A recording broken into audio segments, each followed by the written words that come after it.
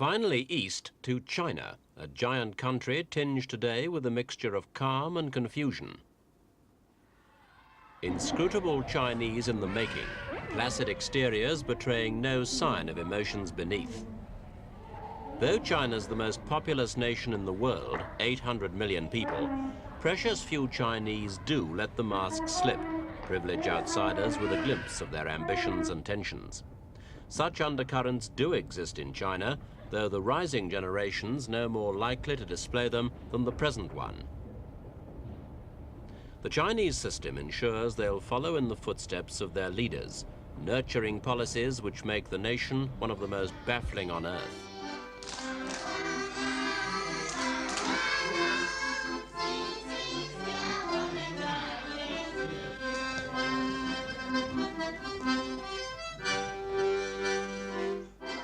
The play, performed so perfectly by the boys of a Peking commune, symbolizes China's defense against an enemy. The enemy is that other vast communist powerhouse, the Soviet Union. While both nations tread a communist path, their characters are very different.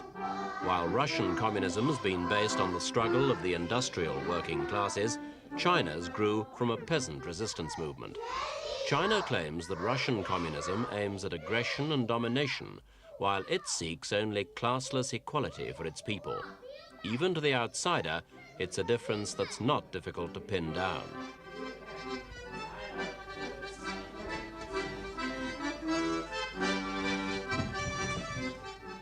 The roots of Chinese communism lie in the soil. Strong emphasis on efficient, productive agriculture, primitive though it remains, has helped shape the kind of doctrine which guides the people. The Soviet Union is far behind China in food production, but stronger in industry. That industrial society has bred an unspoken hierarchy: managers, skilled workers, laborers. But here in China, everyone must sometime till the soil, and that way, it's claimed, everyone has a common class. Fulfilling one of the late Chairman Mao's earliest dreams, China's now virtually self-supporting in food. Famine and disease have been almost eliminated by the priority given to the land. In contrast, the markets, the towns and cities are underdeveloped, uniform. But while choice is non-existent, bellies need never be empty. The people are better fed and healthier than ever before. Their physical needs are met. But in the area of politics, the situation's very different. Chinese society has been under intense strain for more than 2 years, while two opposing groups have been struggling for control. Matters came to a head last year with the deaths of Chairman Mao and Prime Minister Zhou En-Lai. Committed Maoists, the radicals, were ultra-left old-school communists, while Zhou's new breed of pragmatists were practicing a milder form of workable socialism. The twin deaths sowed the seeds for a power struggle which saw the rise and fall of the so-called Gang of Four, led by Mao's widow, Chiang Ching. Madame Mao and her 3 accomplices were arrested for plotting what might have become a civil war. With her, Wang Hung-wen, the party's second vice chairman, denounced later as a time bomb within the Communist Party.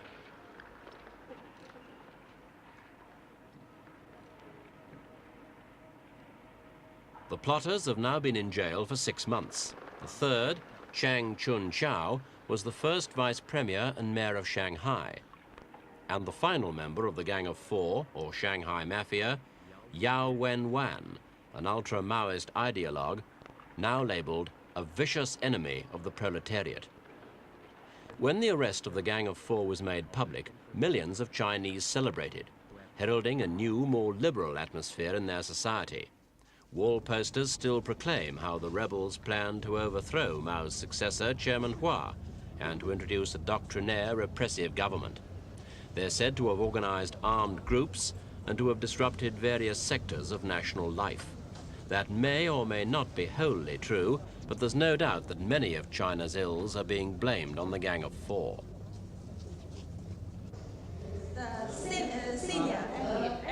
In schools, students say they have a clearer understanding of the problems of the day now that the Gang of Four and their radicals are no longer able to influence their thinking. Certainly, the power struggle left many ordinary people confused over loyalties. Those who had taken sides actually made their own weapons and prepared for fighting, radicals against pragmatists. The company addicts. Doesn't care for a bit of the Soviet people well-being. Supporters of the radicals in schools were few and far between. It was a regime dedicated to the simple peasantry and had little appeal for thinkers. I would like to restrict my talk. One lecturer claimed the radicals had set out to gradually destroy the universities, and he explained their approach. The Gang of Four, they despised, looked down upon the intellectuals, and they regarded intellectuals as some reactionary people. For instance, they said the intellectuals, especially the teachers, they were still trying to poison the minds of the students. This is not true to fact. Actually, the teachers have made great progress, both ideologically and professionally, since the beginning of the Cultural Revolution. So far as I know, for instance, the Gang of Four spread the theory, which goes like this. They say the teachers as just like the rubber balls, which floats on the surface. These people, you must try your best to hold them down, hold them underwater. Otherwise, they will surface. Once they surface, they will spread the poison. They will try to bite people. So we have to be on the alert against all the intellectuals. In this way, so most of the teachers were discouraged, and they hesitated to bring into full play their initiative in teaching. For instance, when they want to concentrate on teaching the students, they hesitated. If I give full attention to teaching the students, you might be labeled a revisionist, because you put what is called academic study first. So you are likely to become a revisionist, and also you will make the students turn revisionist. So this is one of the examples to show how the Gang of Four affected our academic study. Why shouldn't students here say that they approve of the Gang of Four if they feel that way? Why shouldn't they be free to say they like the Gang of Four? What do you do if they say that? No, they did not like the Gang of Four. No, they didn't like it. So some of the students, even when the Gang of Four was in power, they sometimes criticized the Gang of Four. But one of the students, put up the big capital poster criticizing the Gang of Four. He was persecuted. There was one of the students who was persecuted just because he wrote the big capital poster. What would happen to a student today who said, I approve of the Gang of Four, I like the Gang of Four? What would happen to? So far, I have not heard any of the students say, I approve Gang of Four. No, so far. What if one did?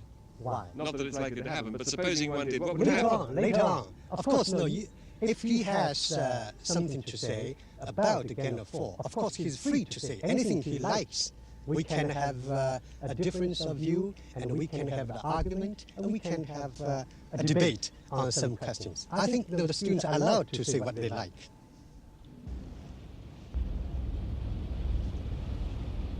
It was here at Shanghai that the Gang of Four tried to stage their uprising, a coup against the moderate Hua after Mao's death.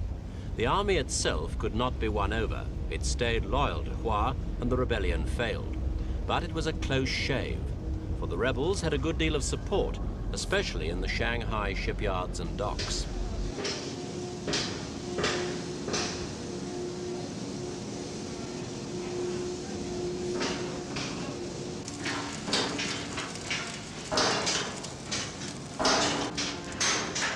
Before the unsuccessful uprising, the radicals are said to have sabotaged shipbuilding projects by organizing strikes, go-slows, and ordering cutbacks in production effort. Tactics they're also alleged to have employed in many other industries throughout the country.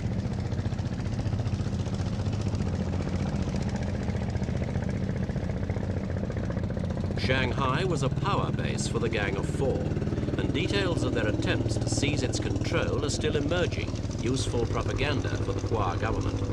Among the revelations, code words ordering militia units to prepare for combat and blueprints for the demolition of bridges.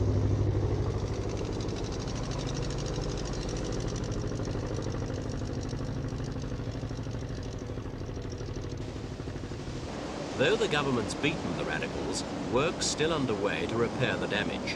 Opponents discovered in industry are being thoroughly re-educated, and to ensure the continued support of loyal pragmatists, the government is embarking on its program of promised liberalization. Increasing factory wages and the restoration of bonuses are examples. But even now, some policies are being blamed for their lack of success on the jailed Gang of Four, a ploy which fools fewer and fewer Chinese. Indeed, it's a campaign which might create its own backlash if it's continued.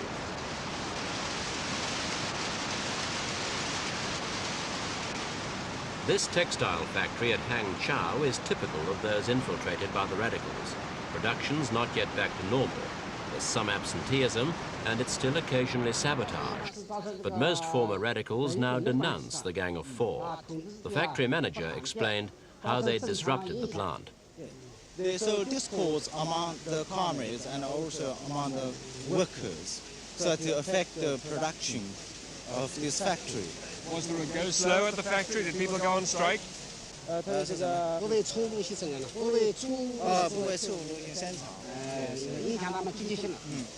the workers cannot be united, they can't do effective work. And there was also a theory saying that they should not produce for the wrong line.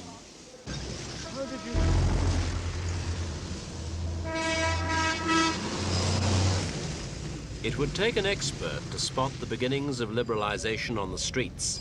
Among the people, though, the signs are there. The occasional touch of lipstick or a moustache, for instance. But the discipline remains ingrained. Police can still stop a thoughtless cyclist who pedals too fast or too slow for breaking the pace of the traffic.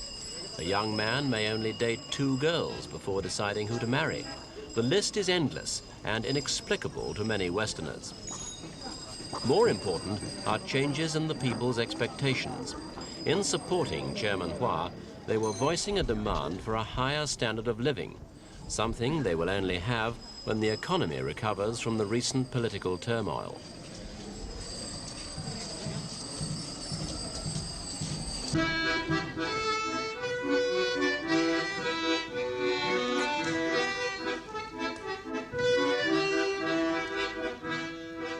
By the end of the century, there could be 1,000 million Chinese, each playing their own tiny role as precisely as these commune children to maintain a unique way of life. For once given political stability, China seems set for another new era of purposeful development.